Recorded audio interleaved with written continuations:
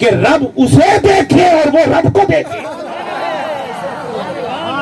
اور جس کی شان میں رب کہے کہ اے حبیب اگر تجھے نہ پیدا کرنا ہوتا میں دنیا کو نہ بناتا، اگر تجھے نہ بنانا ہوتا میں کائنات کو نہ بناتا، اگر تجھے نہ بنانا ہوتا نہ عرش ہوتا، نہ فرش ہوتا، نہ لوح ہوتی، نہ قلم ہوتا، نہ ملک ہوتا، نہ جن ہوتا، نہ انس ہوتا، نہ یہ زمین ہوتی، نہ زما ہوتا، نہ مکی ہوتے، نہ مکا ہوتا، نہ لوح ہوتا، نہ قلم ہوتی، نہ کائنات کا وجود ہوتا، اور پیارے آخری جملہ ہے اگر تو نہ ہوتا تو میں رب ہو کر بھی اپنا رب ہونا کسی پر ظاہر نہ کرتا۔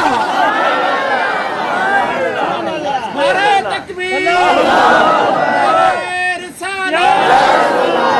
تو میں نے تو اپنا رب ہونا ہی تیری وجہ سے ظاہر کیا ہے پیارے۔ اور اب بات یہ نقطہ سمٹے گا کہاں؟ مطلب یہ ہے پیارے سب کو نکال دو درمیان سے، تیرا اور میرا تعلق ہے بس۔ آپ سمجھے نہیں بات کو؟ پیارے سب نکل جائیں بیچ میں سے، بس میں ہوں اور تو ہے۔ آپ سمجھے بات کو؟ یہ جو رب کا اپنے حبیب کے ساتھ ایک محبت کا تعلق ہے، وہ کیا تعلق ہے؟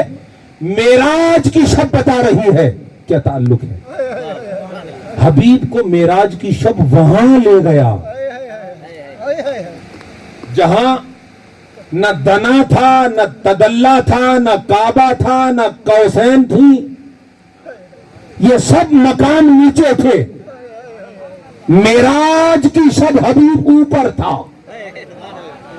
حتیٰ کہ وہ جو آخری بندہ بیٹھا ہے توجہ کرے، حتیٰ کہ عرش بھی نیچے تھا، حبیب اوپر تھا۔ آپ کی داد بتا رہی کہ جلدی تھک جاؤ گے آج، مگر تھکنے نہ دوں گا انشاءاللہ تعالی۔ حسین کا ذکر پیچھے ہے۔